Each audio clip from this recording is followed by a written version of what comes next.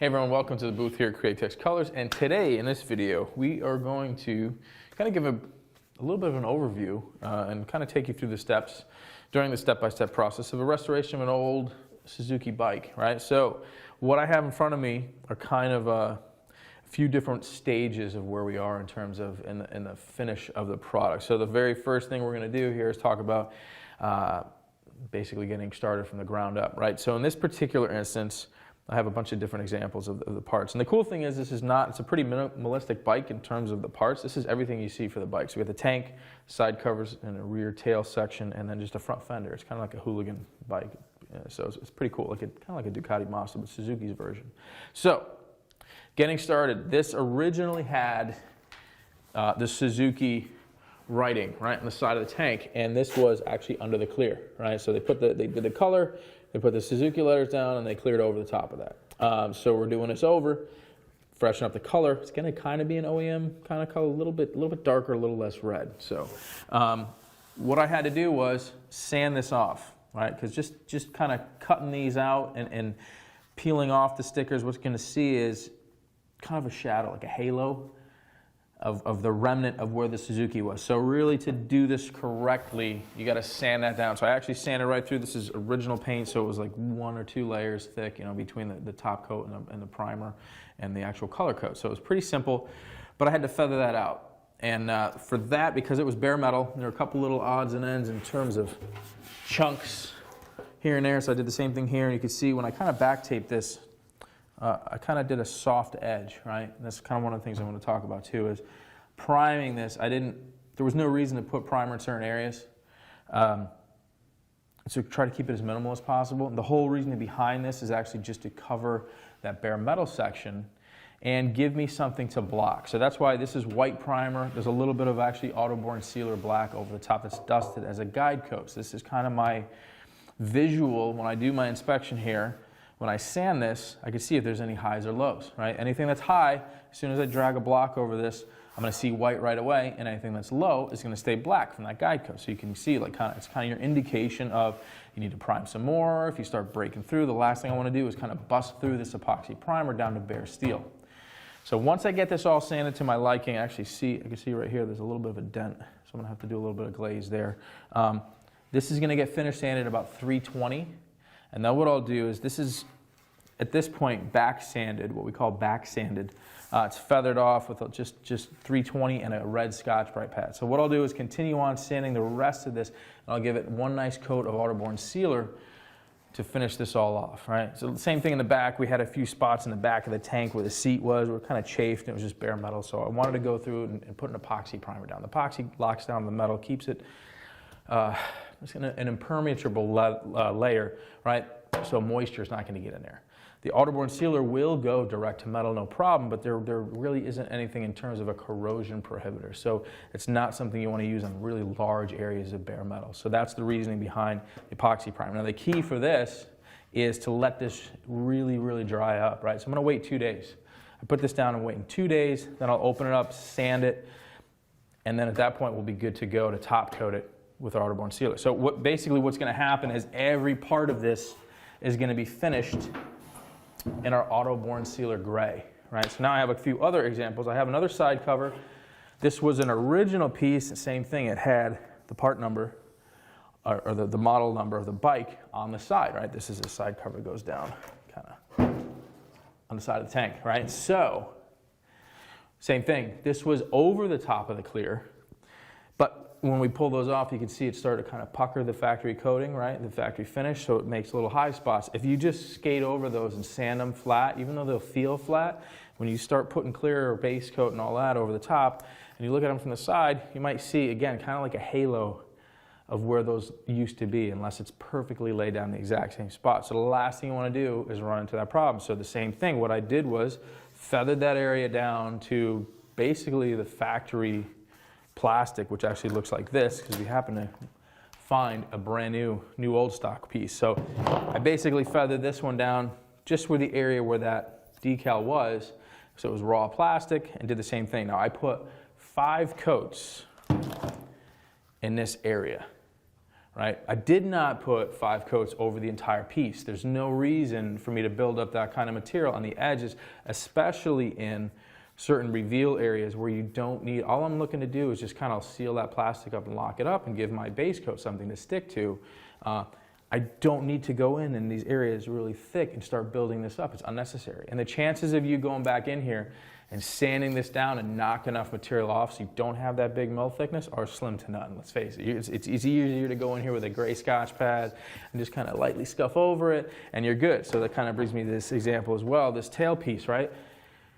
You're not going to get in there and dig this out with sandpaper, chances are. So there's no reason to. Now this piece had just a Suzuki S on the back and it was the same deal, right? It kind of raises that paint a little bit from being on there for so long. So I feathered that out, smoothed this out, and there's 5 coats of waterborne sealer here. And the reason I put 5 coats is because I know I'm gonna block this out. I'm probably gonna start with 220. And I'll block this down, I'll guide coat it again, and I'll keep working until the surface is basically like a 400 to 600 scratch, right? So I wanna know I have enough material. I don't wanna put 2 coats down and start dragging a block, and then I'm gonna go ahead and burn through, and I gotta start all over again. But I'm putting on 5 coats because I know I'm going to take 2 of those, at least 2 of those off. So if I have at least 2 coats worth of primer left over when I'm done, once that surface scratch is refined to a paintable scratch, like I said, 400 to 600, I'm not worried about it, right? So for the same reason, I did not go ahead and you can see where these reflectors go. I taped this off. I didn't put material in there. There's no reason for it. I'm not trying to do anything in here. I don't want to build up primer on all these edges. This is where the seat sits. And all on this reveal again, there's no reason. So what I did was actually just took a loose piece of tape and just taped over this line. So every time I put a coat, I didn't keep filling this line because what will happen is it gets so thick and it could crack. So keep that in mind. I basically did 5 on this and 3 over the entire piece. So I have enough that I can lightly kind of scuff and sand down. There are a few little chafe marks here and there from the seat. I mean, over time it's going to happen. So everything's going to be nice and smooth and slick. And that leads me to this last piece. Now this is basically, like I was talking about, this is an OEM piece. Raw plastic, right? So same thing, gray Scotch pad with a little bit of prep soap. It's kind of an adhesive or abrasive soap, sorry. And it's got a little grit to it. You dip it, moist Scotch pad, give it a nice scuff, puts a nice tooth on it, knocks off the shine. I'm gonna go right to sealer on this. This is gonna be gray sealer. I'll probably do 2 coats.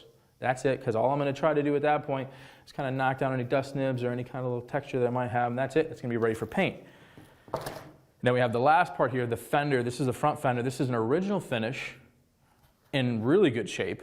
The clear is a little, it could be better, but it's fine. You know, what I'm going to do is lightly scuff this. There we can see there's a little bit of surface damage here that gets covered by the forks. It's really not in your face, but we're going to go ahead and address that. So this was something I feathered out with 220 to get rid of the damage, and then I went ahead and I feathered that with 400. Now, I've talked about this in the past in terms of the Autoborne sealer. It will fill a 220 scratch. The problem is I don't want it to fill a 220 scratch, right? If you are trying to fill a scratch that is that deep, you always run the risk of down the road, and I don't mean 2 days, 3 days, let's say 2 weeks out in the sun where this thing's really locking up and moving and everything starts kind of happening, is settling, and everything inherently shrinks, right? It does a little bit of shrink as it dries. The last thing you want to do is start seeing these sand scratches that you thought were 220 and then being 180 that you kind of kissed with a piece of 220. So what I do with this is 220 and then I refine that scratch to a 400 scratch. So as long as you don't see these sand lines and you're trying to fill that with primer, and that goes with a 2K primer as well. Like this, the 2K primer is going to do the exact same. Urethane primer actually shrinks quite a bit. The last thing you want to do is kind of rely on that primer to fill all that, and it comes back to bite you in the butt later, because you'll see it. You will. You'll be looking at this thing, and you'll catch those edges. So for the rest of this, I'm just going to go ahead and sand this with 400, probably just a gray Scotch pad, again, just to knock the shine down.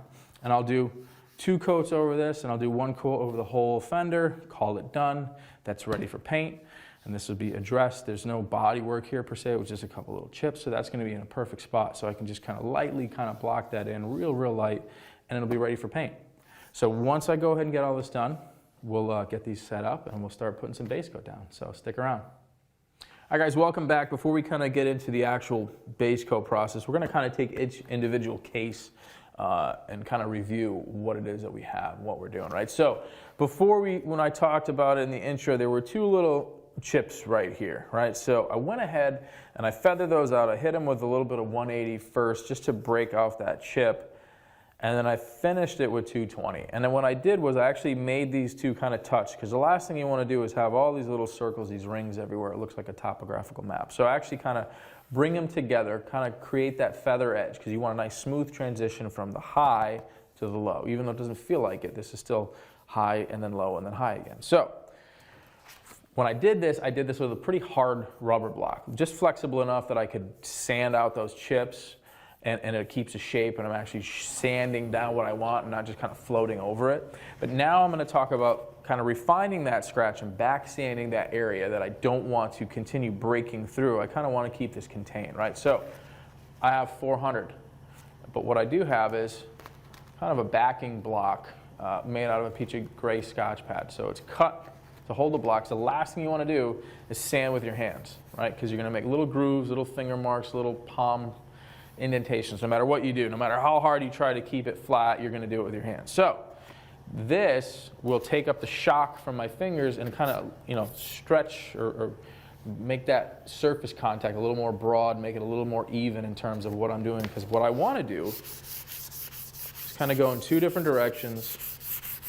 And I just want to feather off that 220 scratch on the outside and kind of just make that transition into the OEM finish. So I want it to be nice and smooth, and I'll go back kind of that crosshatch pattern, and I'll come back this way.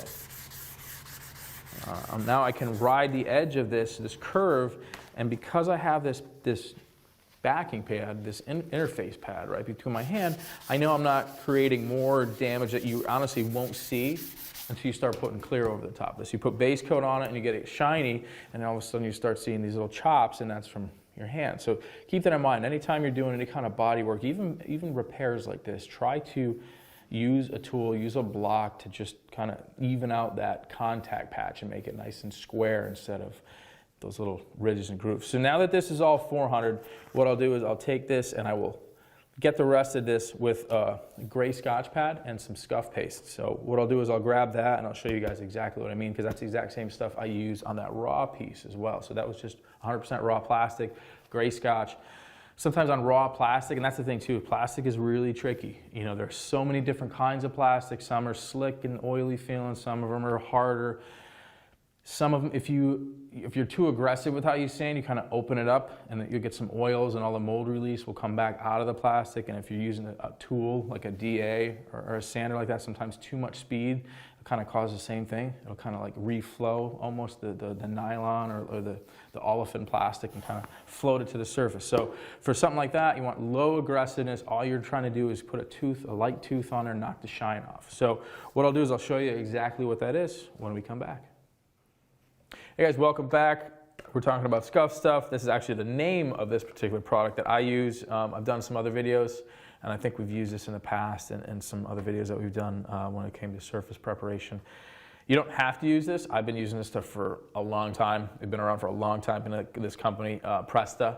And if you guys are familiar with some of the other videos we've done, that's all the compounds, the polish and the compounds that I use is from Presta. And I've had really good results. But again, using one a long time, so it's been around. You don't have to use it. This is just my personal preference. There's a couple other different companies. Sem makes one. I think it's like Sem soap. It's the same principle, right? So you get a Scotch pad. It's a little gray one, damp, not soaking wet.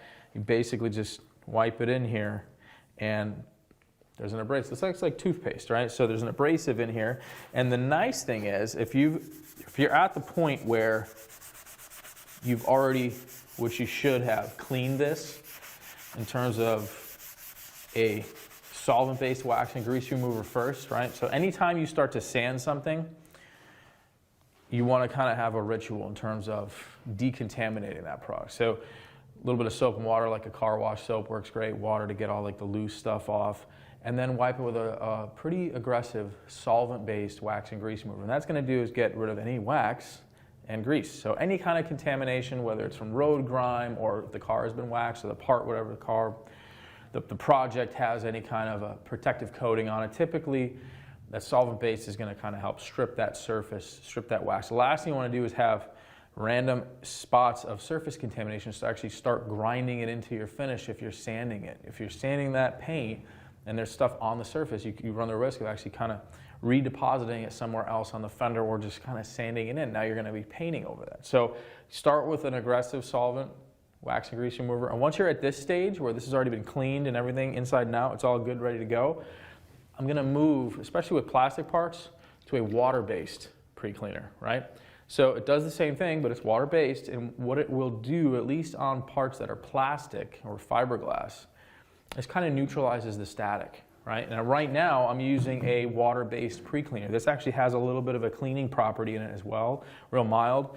So you're doing two things at that point. Now you're kind of eliminating any kind of leftover residual dirt, mild dirt, or contamination.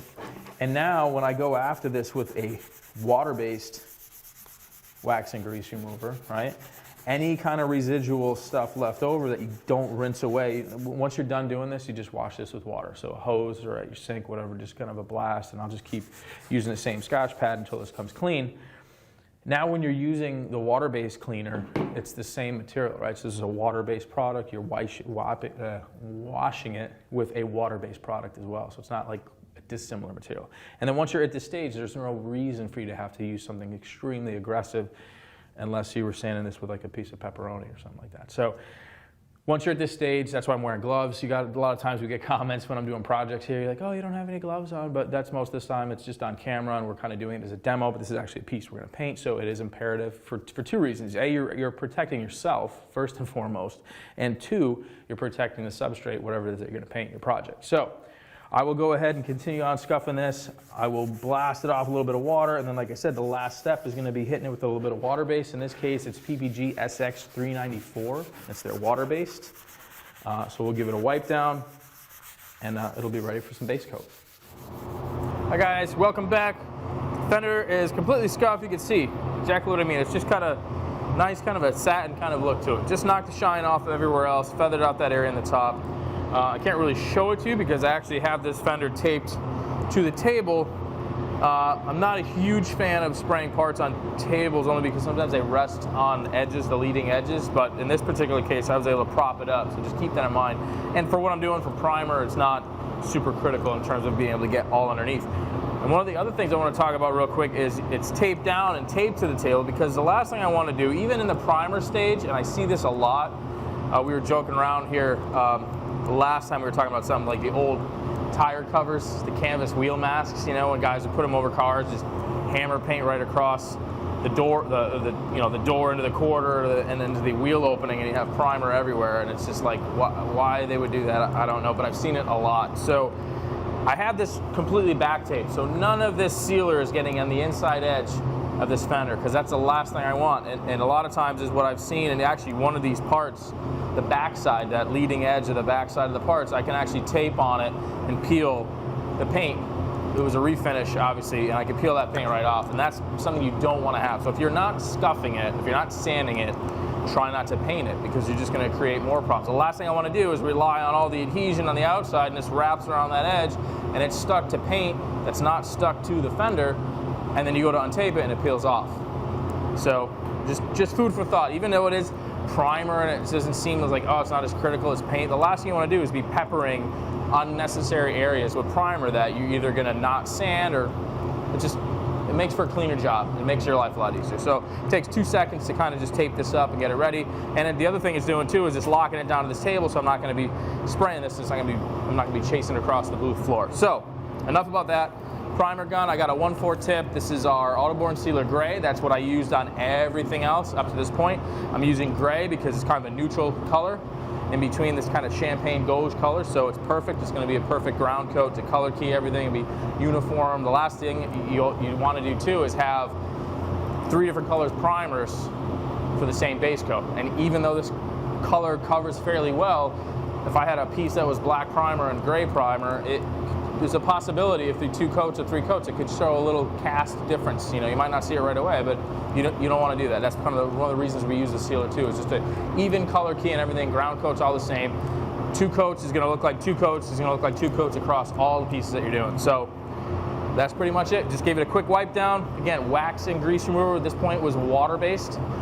Once we move on from this now, because it's going to be a water-based finish, we are not going to use a water-based cleaner anymore. So once this is on here and we go and sand, we'll basically just tack it off and spray. You won't use a water base. But the water base I'm using right now is for that reason in terms of that anti-static. These are plastic fenders. It helps kill that static charge from wiping this down and blowing it off. So that's it. Once we're applying a water-based paint system, like a sealer in our base coat, we won't use water cleaner anymore, because it basically would be like wiping solvent paint with solvent. So that's it. We're going to do 2 coats and call this one done.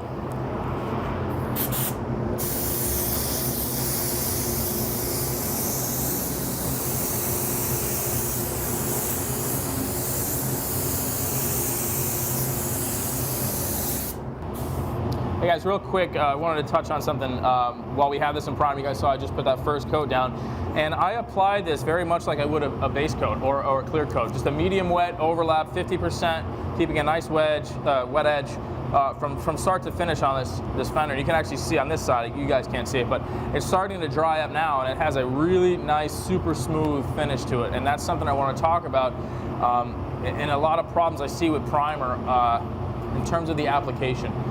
We had a little damage right here, and I see people would really hammer on coats of primer trying to fill this up, and that's not the correct approach. So something like this that we feathered it out, this is kind of like a finished primer at this stage, where we're really trying to just make everything nice and even, be consistent from tip to tail, rail to rail, right, across the whole project. So just food for thought when you're doing something like this. Try to ignore that tendency to really hammer on one spot. I mean, if that's what you're doing, then you would need to be a different step where you'd have body filler or like a heavy build primer, like a polyester primer. But something like this, you'll notice it when you go to sand it for 2 reasons. You know, you're not going to be fighting texture. You're going to have a lot less orange peel. It's going to lay down a lot nice smoother. And you can also run the risk of, at this stage, in applying a primer, you can create these little dents, which we refer to as paint chop, and that's kind of the unevenness of the way something was sprayed. So if you kind of came back and primed over here and just kind of spotted this in, you have those little like microscopic reveals of an edge, a paint edge, every time you have that. So you might not see it right away, but when this is something where you'd see this once it was all final cleared, and you're looking at it and you see these little chops, that's something that would happen in the primer stage, where applying the primer just like you would a base coat, just like you would your clear coat, is really crucial to having a nice even ground coat. And that's all we're trying to do, is just create that nice level surface for our base coat application, so it's like super slick and ready to roll. So you'll notice that when you're sanding, you're not going to have to sand as hard, you're not going to be losing orange peel, it's just going to be nice and slick. So just kind of keep that in mind, food for thought, when you're doing like a final prime kind of a technique like this. All right guys, we are back. The fender's all set and ready to go. We put that aside, it's drying up. And now it's time to put the last piece of the puzzle together, the sealer, and that is the tank. So I went ahead and I sanded out the epoxy primer that we had on here, just to make sure, again, there were no kind of halos from that Suzuki lettering that was on the side. And went ahead and addressed a few other little spots here and there, just from sitting around and being an old tank. There were a few little spots we wanted to address. And it looked like it did have at some point kind of a paint job on it, so we kind of feathered that back and made sure it was all nice and good. And at that point we determined everything else in terms of the factory finish is stuck very well, so there's no reason to strip this, only where we had an issue with the letters and any place there were little defects. So this is all sanded with 320 DA. So I went ahead and sanded with 320 DA, and I'm going to apply 2 coats of our Autoborn Sealer Gray, so it's going to give us a nice uniform finish. Everything will be the same color, and basically this is what it looks like. So this is going to be 2 coats, and when this is all dry, we'll see you guys in a bit, and we'll start putting some color coat on.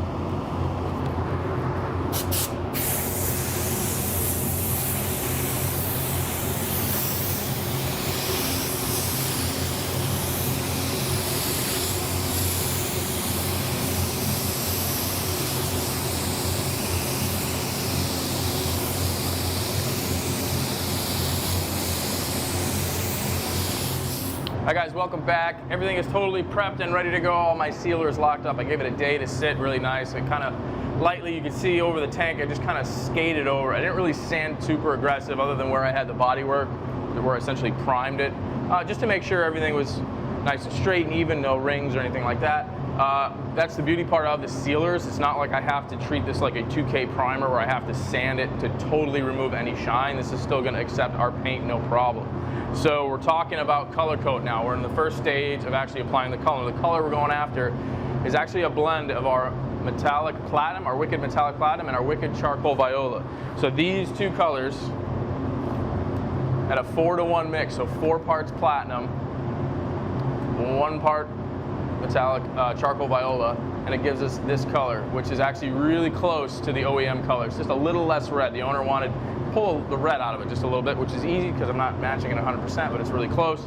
So what I had and did is mix that 4-to-1 to 1. So 4 parts white, 1 part charcoal, and 1 part 40-50. And that gives me about a 25% add of my 40-50 to the overall mix, which is right where I want to be. And we're probably going to do about 3 coats. So for this actual paintwork, if you guys are familiar, other paintwork I've done, my N-Tech, my Supernova, Iwata Supernova N-Tech with a 1.3, that's kind of my go-to base coat gun. Love this gun. Spray right at 26 PSI, which is a recommended air pressure for this gun. It atomizes beautifully. Really good at spraying waterborne finishes, especially metallics. So everything here is tacked off, ready to spray. That's the other thing I want to mention. You see how everything is kind of, I put fresh paper on everything. Everything's been retaped, so there's no chance of any kind of dust or dirt blowing out while you're painting. It's a really simple, inexpensive step just to ensure that you get a really clean, contamination-free paint job. So everything you do up to this point now is going to determine how much stuff stays out of your paint. So this is the final, basically, wipe down we did with, again, 320, DX 320. That's a solvent-based pre-clean, really mild, not aggressive at all. It's just to kind of get any kind of residual fingerprints or anything like that. The only reason I didn't use a water-based is this is a water-based sealer, so we don't want to use a water-based pre-clean before we spray.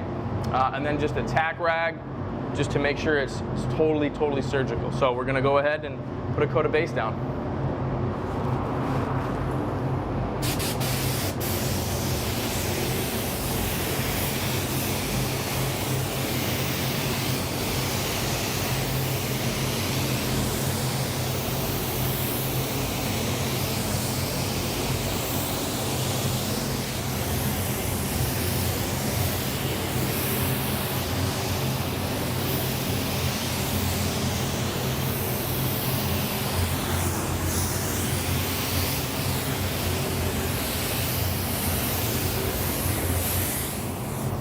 All right, this is the last portion of this. Everything is based out, everything is looking really good. I did that last coat just to make sure everything is nice and smooth. We talked about sanding this down. Everything was sanded with 800, 1,000, 1 coat of color over the top just to make sure everything's really nice.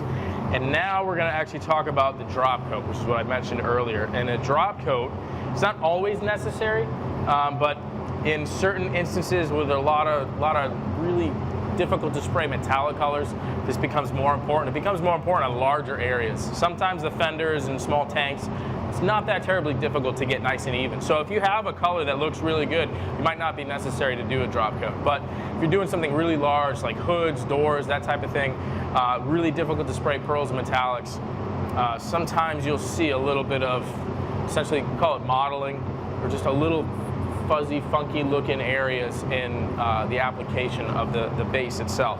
And a drop coat is exactly that. It's a drop in your air pressure, and we'll talk about that. We've covered this in a couple other videos in terms of spraying metallics. There's a misconception. Everybody thinks that, I've heard people say, oh, you know, bump your air pressure up and spray at higher pressure to like over atomize, and that is actually very contrary to what is the truth in terms of what you don't want to do is create dry spray. That's where you get that modelly, that look where it almost stands up, stands on the surface of the base. So what we're doing here is typically it's around a 5 to 8 psi drop in air pressure, and then you're doubling your distance. So if I'm standard, if I'm this far away, typically I'm going to back up, almost double my distance. And you almost want this to be dry on contact, right? So it's the same overlap, just double the distance, and you almost want it to just lightly fall on the surface. And that's gonna help even out any kind of inconsistencies in the finish. But it's key that you drop that air pressure, because if you're too high in air pressure, you're just gonna create dry spray. The idea is that this just kind of falls down nice and slow. So this typically, I'm spraying 26 PSI. That's right about there. I'm gonna drop this to 18. Right about there. You can hear it, there's a big difference. And I'm gonna just, like I said, just same thing. It's a 50% overlap, just doubling that distance, letting this kind of just fall on the surface.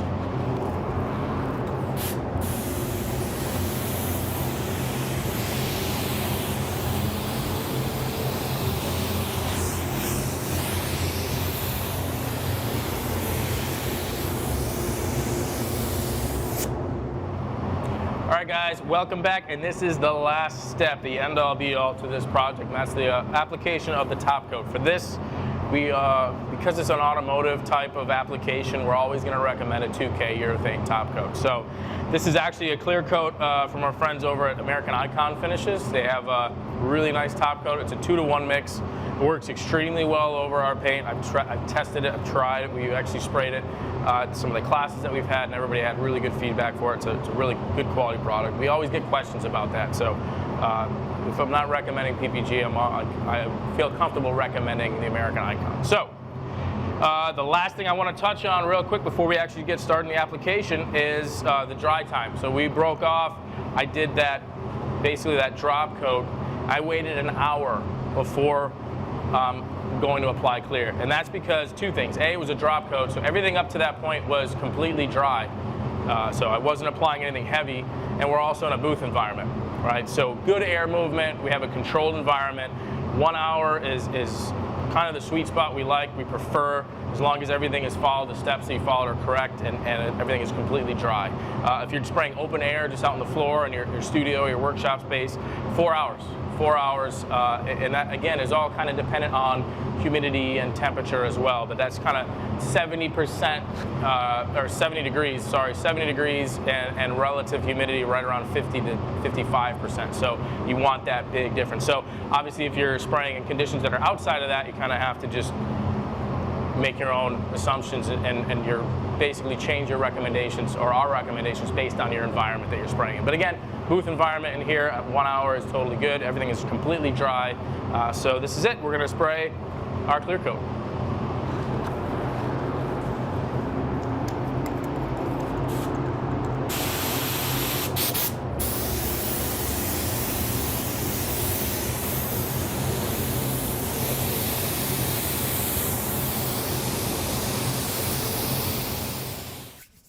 All right, guys, welcome back. That wraps this project up. Basically, we did 3 coats. We broke off on my first coat of clear. We did 3 coats of clear over the top of all of these, and it's looking really good, pretty slick, really happy with it. Came out really clean.